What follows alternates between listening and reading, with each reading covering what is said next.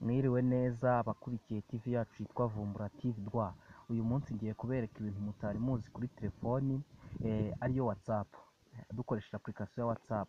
Kandi ndizera ko ari iby'ingenzi bizabafasha nko mu gihe ukoresha WhatsApp ya GB.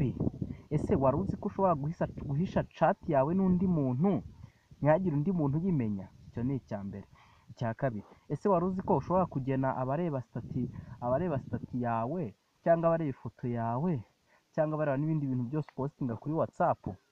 Ese wari uzi ko ushobora kubika ibintu byawe kuri email mu gihe ubikeneye ukazabibona? Nibyo tugiye gutangiriraho. Uyu munsi ngiye kubanza mbereka ukuntu wafata chat ukayihisha ntihazagire undi muntu winjira kuri telefoni ngo abe yahita ayibona. Mbere na mbere ikintu mbanza kubasaba, mukore subscribe, mukore na share kugira ngo turusheho kumenya byinshi tutari tuzi kuri telefoni. Mbere na mbere ushaka kugira ngo hatagira umuntu ubona chat yawe. Nk'ubu urugero, ndashaka kuba nafata iyi chat, sibyo chat yose, sibyo?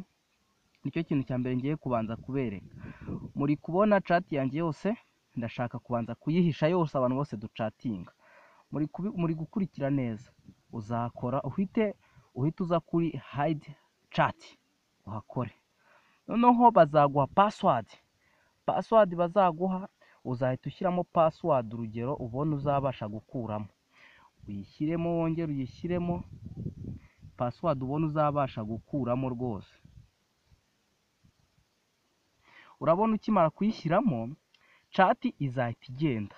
Nkupe telefone, murabona telefone nayikubye muri turi kujyana. Ninsubira kuri ya WhatsApp nkimara kwinjira, urabona chat yanjye sinzayibona yose. Ubwo ni nko guhisha amabanga yawe ya WhatsApp.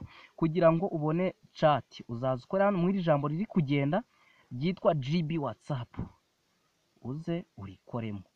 Turi kujyana neza. Urabona ukimara kurikoramo bazahita bakwereka ya password yacu twashyizemo. Urabona uzahita uyandikamo nkuko mwabonye twayishyizemo gutya. Murabona ukimara kuyishyiramo ya chat yacu izahita isa. Ibi rero bizagufasha iki? Kuba nta muntu wabona iki chat yawe habe na gato.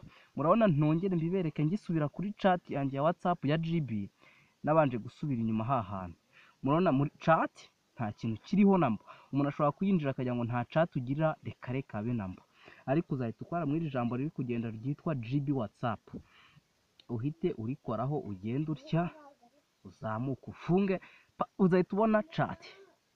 Okay, mbere na mbere ndabashimira kuba muri gukurikirana channel yacu yitwa Vumbura TV Rwa. Muri kumwe na Imanishimwe Vincent ubafasha kumenya byinshi mu ikoranabuhanga mutari muzi. Iki ngiki tukivivure. Ikindi kintu ngiye kubereka cy'ingenzi ntekereza ko namwe mugikeneye. Uburyo ki wabika ibintu kuri email. Urabona ukimara gukora settings, byo turi kujyana. Nizere ko twese turimo turajyana, nta kibazo, nizere ko turimo turajyana. Urabona ukimara kugira ngo ubike ibintu kuri email, uzakora kuri utu tuntu dutatu turi hano mu mpande za telefone. Ukimara kudukoraho uzahita ukora hano handitse setting. Ukimara gukora hano hantu handitse setting, uzaza hano handitse chat. Ukimara gukora handitse chat, uzamanuka hasi hano handitse chat backup, uzahakora.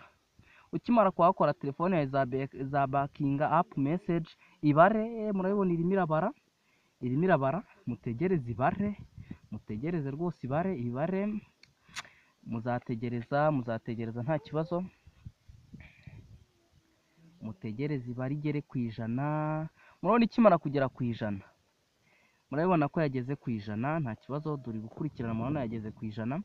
Muzategereza akanya kugira ngo mubike ibintu byanyu kuri email. Okay, bizarangira. Ubu twabitse ibintu byacu kuri email. Ubu isaha n'isaha chat yacu iriho hano twayikeneye, dushobora kuzahita dukoraho tukayibona rwose nta kibazo. Okay, rero nkaba ndimo ndabashimira kwa mukurikirana channel yacu yitwa Vumbura TV Rwa. Bizabafasha kumenya byinshi cyane. Ikindi kintu ngiye kubereka, uburyo ki wamenya data ukoresha kuri WhatsApp. Nabwo uzakora kuri twa tuntu dutatu turi mu nguni. Ukimara kudukoraho uze kuri setting, umanuke kuri data storage usage. Okay, murabona bari kutwereka manage storage. Urabona bari kutwereka ibintu byose. Ubwo ushaka kumenya ibyo ukoresha uzakoraho birodinge. umenye ibintu byose biri kuri telefoni yawe, amamega, ibyo wohererezanyije, amamega bitwara, umenye na chat wagiranye n'abantu, umenye amachat uko yagiye angana. Murabona njyewe kuri jyewe chat yanjye ifite mega nyinshi iri ku muntu witwa Eugene. Murabona dufiteho 45, abandi ni 43. Hano uzamenya abantu mwagiye mugirana chat, ruguru uzamenya, uzagenda umenya ibintu wagiye wohereza bifite amamega n'amamega byakoresheje, umenye naho WhatsApp yawe igeze. Sawa rero, ciao ciao, ndabakunda cyane cyane, bashimiye kuba mukurikirana channel yacu yitwa Vumbura Tv, mukaba mwari kumwe na Manishimwe Vincent, uzajya ubagezaho ibintu byinshi mu ikoranabuhanga, murusheho kuvumbura mumenye.